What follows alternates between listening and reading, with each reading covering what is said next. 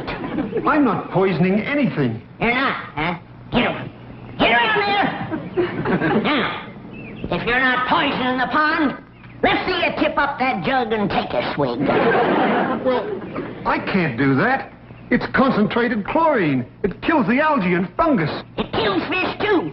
We've tried 2 or 3 times to stop this pond. But this water's only for swimming.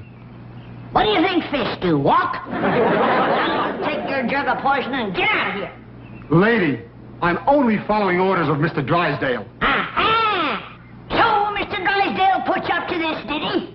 Yes, ma'am. And now, if you don't mind, I'm running a little late. You're running fast, that's how you're running.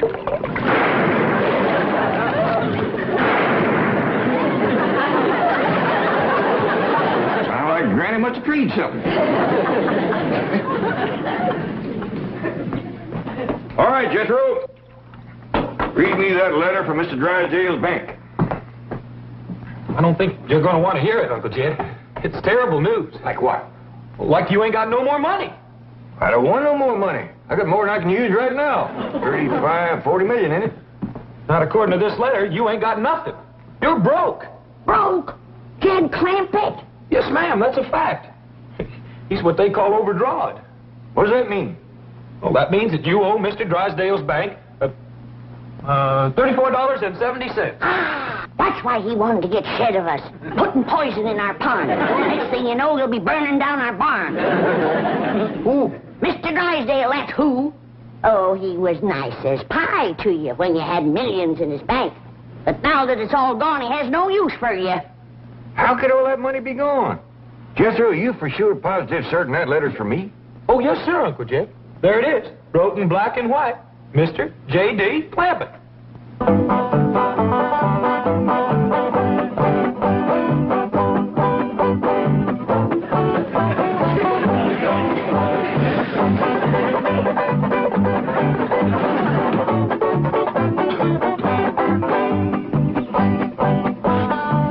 Why don't you go out and get yourself an honest job? Oh, an actor must keep himself available in case the studio calls. You've been available now for over 10 years, man. Must you tell it to all the neighbors? Who's telling them? They already know you're a bum. I am an actor. You are a bum. Oh, Paul, you are going to regret that when my big break comes, and it's you. Charles Boyer has switched to character parts. So, who do you think is going to take his place as the suave, continental leading man? Not you, Jake. That's Jacques. That jerk.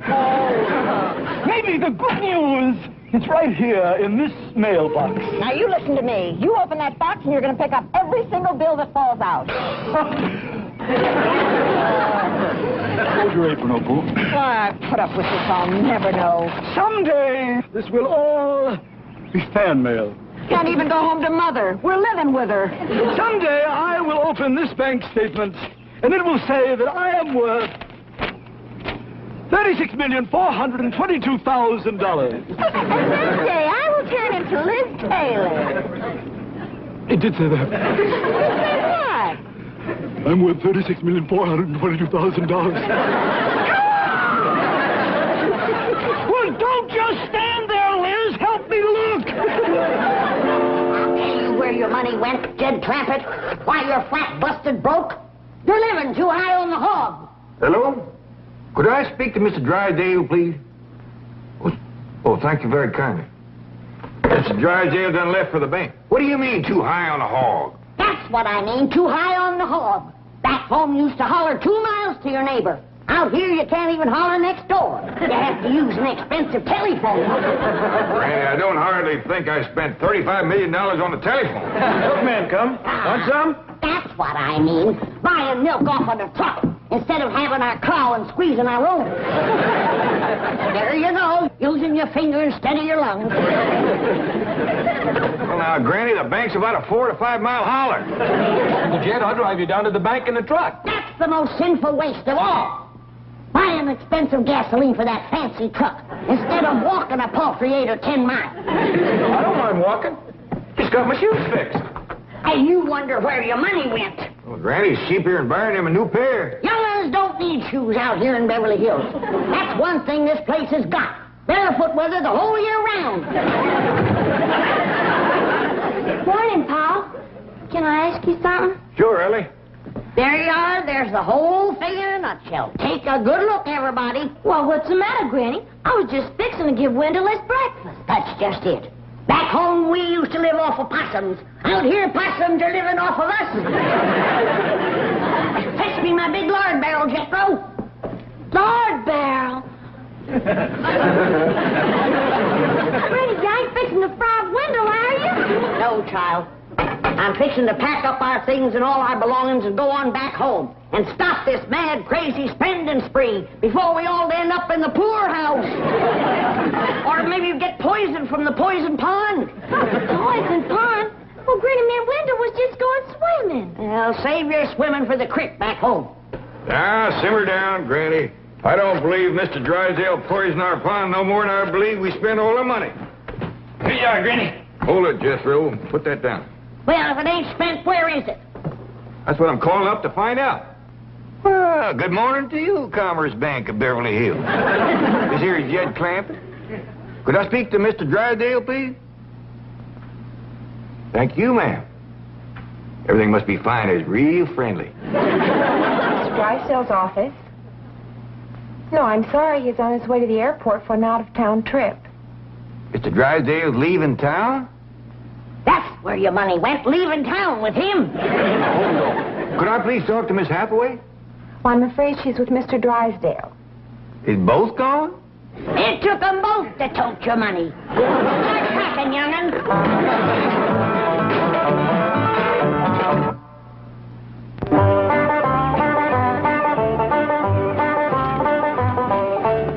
Come on, everybody, let's get going. Paul, Granny says she ain't a-coming with us to the bank. She's a-coming, all right. If I leave her here, she's liable to move out before we get back. But, Paul, she's a-packing a barrel, and she says she ain't gonna leave it. Don't you worry about this. Hop on there. She's a-coming. Granny, he's all going down to the bank. You want to sit up there next to Ellie? Or you want to ride in that barrel? I'll ride with Ellie. But only because I'm sitting on the cabbage grater. Start her up, Jethro. Yeah, start her up and squander some more of that money that we ain't got none left of. Gasoline or no gasoline, we's all going down to the bank and see about this overdrawn letter. Let her roll, Jethro.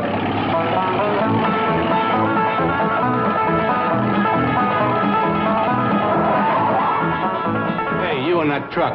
You can't stop there. Move on. Well, Mr. Policeman, we got business in the bank there. Move on or I'll give you a ticket. Oh, no, thank you. We already got a ticket for parking here. Two of them. $5 ticket and a $10 ticket. Doggos, we should have brought him along. Move on or I'll give you a $20 ticket. Thank you very kindly, but we couldn't let you do that. What? We still got our pride even though we is flat busted broke. Oh, you're vagrants.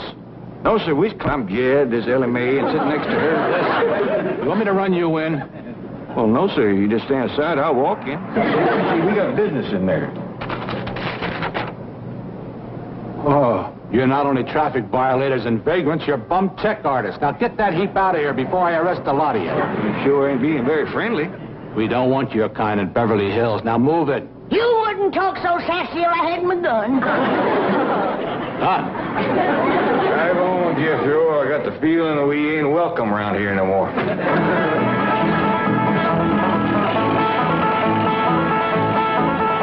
Jake, there's a cop. Maybe you shouldn't try to cash the check. Baby, it's the bank's mistake, not mine.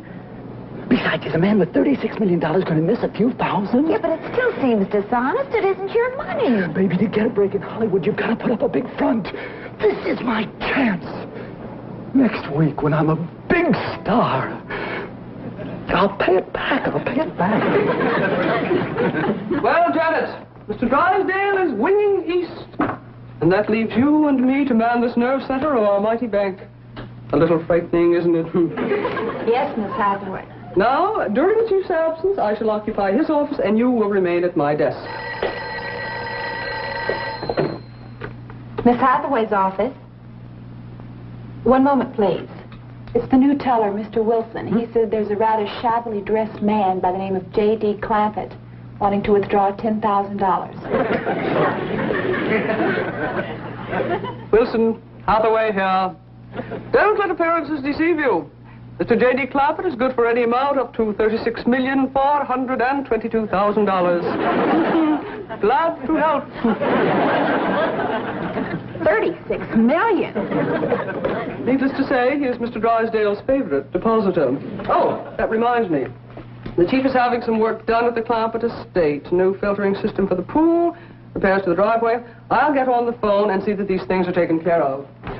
Oh, and, by the by, if Jethro should stop up to see me, just send him in. Jethro? Oh, he's that big, good-looking kid. I'll be watching for him. Janet, stand up, dear. Oh. Could you walk for me, please? Turn around for me, Janet, please. Around. You take the chief's office, I'll remain out here. That is an order.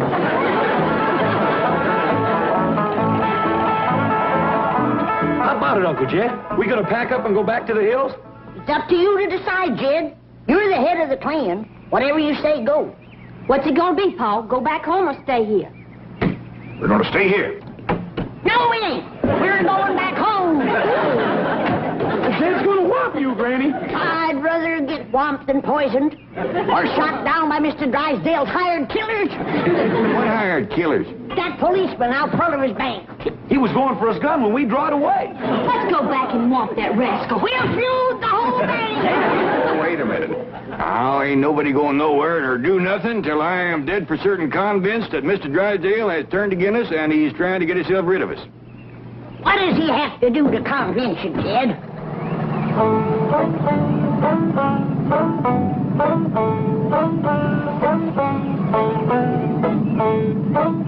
Who's that? I don't know, but I smell hot tar. Me too. Well, Jed, does tar and feathers convince you? Now, just calm down, everybody.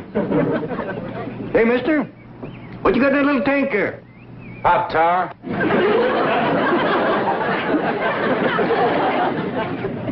Is it for anyone in particular? Yeah, a fella named Clampett. This your idea, or did somebody put you up to it? A man named Drysdale hired me for the job. Well, Jed, heard enough? Convinced now? Of course he's convinced. Let's swamp that little rascal and head back for the hills. Oh, hold on now. I can handle that little feller. As far as leaving goes, no matter how sorry Mr. Drysdale goes to treating us, we got to stay a mite longer. Why? What for? Because it says here in this letter we owe the bank $34.70, and we can't leave town owing money. We ain't got $34.70. Then we got to go out and earn it. Ain't never been a Clampett known to do a dishonest thing, and we ain't going to be the first.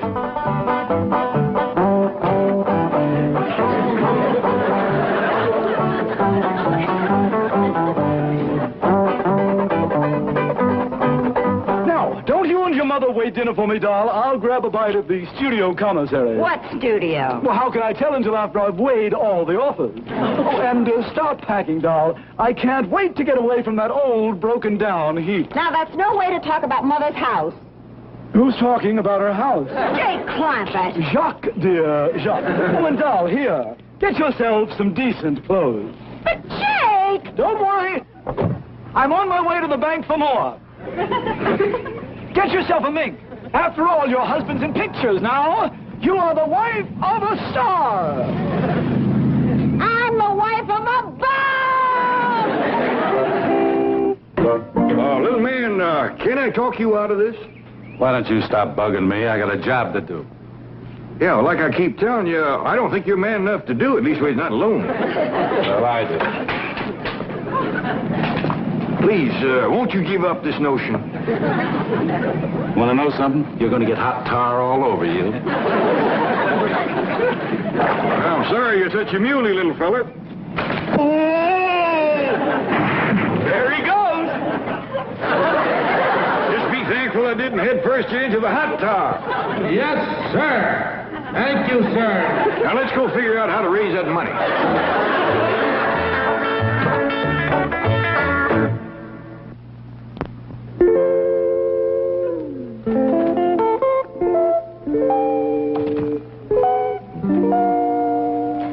How about Rusty, my swimming, bird-loving cat, Paul? Do I have to sell him? Well, I tell you, Ellie, we do need the money, and swimming, bird-loving cats ain't too common. Might bring good price. All right, Paul.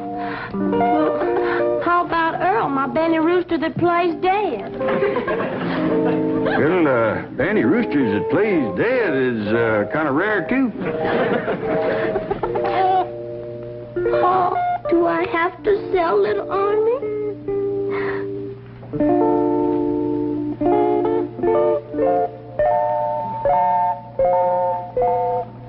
Well, I'll tell you what, Ellie. I figure on making so much money cutting and selling wood, and with Jethro helping, and Granny peddling her pickled crow's gizzards, you're selling your animals liable to burden us down with a lot of money that we just don't need.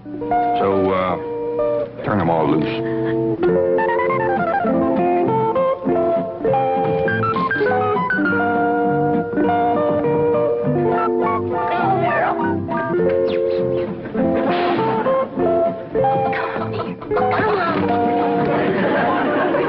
How you coming, Jethro?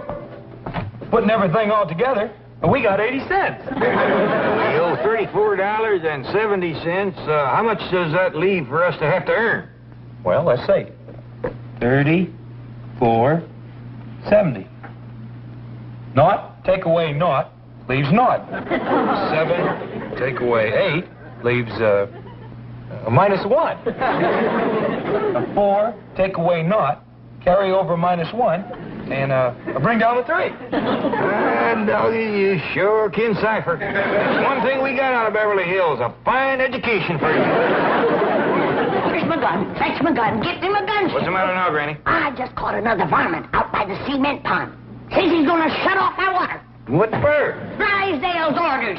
Says he's putting in a new system. I reckon that means he wants to get rid of us. I can't believe a man would be mean enough to thirst us out of here. I say it's feuding time. We've been provoked beyond human endurance. Howdy, Miss Hathaway. Give me that phone. I'll take it. Jed Clampett speaking.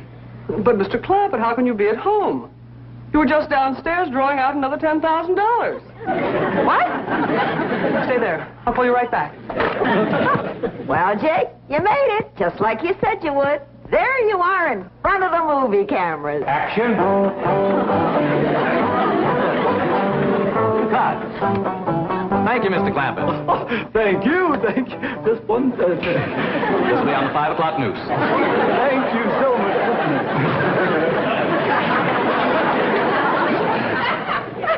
Well, did you hear that, Jake? You're going to be famous, just like you always promised. So, maybe a producer will see me. Call the studios and tell them to catch the 5 o'clock news. Of course, mere words can never express our deep humiliation over this unforgivable error. But your bank account has already been reimbursed, and Mr. Jake Clampett is safely in jail. In jail? Clampett? Well, yes. I don't hardly think we can hold still for that. But he took your money. Oh, any kin of mine is welcome to whatever I got. But you don't know that he is your kin. We don't know that he ain't neither. I reckon we'd like him fetched out of there just as quick as can be. All right, if you insist.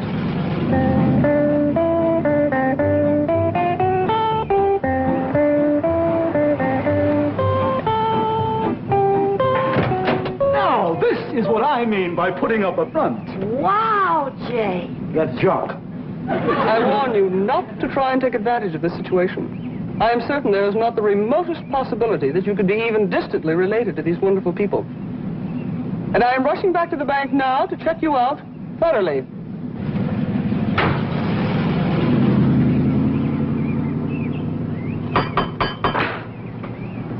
Well, howdy there. You must be Mr. and Mrs. Clampett. Cousin Jed. Pleased to meet you. Say, what side of the family are you from? This is my wife, Opal. And, darling, this is my long-lost favorite cousin, Jed Clampetts. Howdy, man. This here is my daughter, Ellie. Cousin Ellie. This here is Granny. Cousin Ellie. Say howdy to Granny. Howdy, Granny. This young lady belongs in the movies, and I'm going to see that she gets there. Well, thank you. Can we all go? There's going to be a double feature tonight. Marvelous. She's so wonderfully naive and unspoiled. And this here is my nephew, Jethro. Howdy. I hear tell you're a movie actor. Quite right, my lad. Well, let's all go and have some victuals and get better acquainted with our cousins, Opal and Jake. That's Jacques. That's Jake.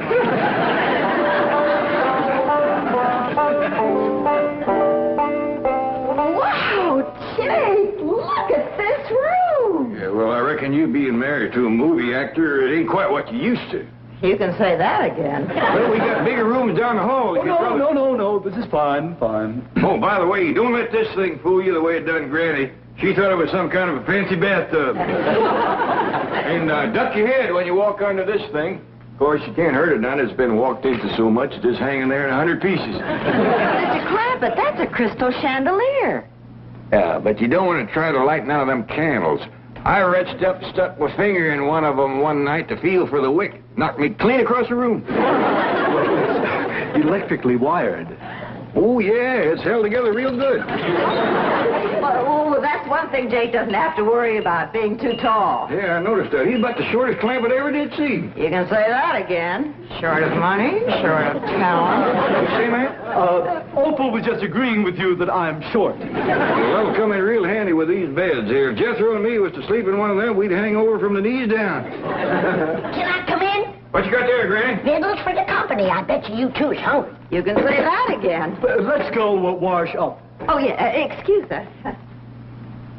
I reckon Cousin Jake's woman is kind of hard of hearing. That's the third time she's asked to have something said again. Maybe she'll get some help from these pickled crow gizzards.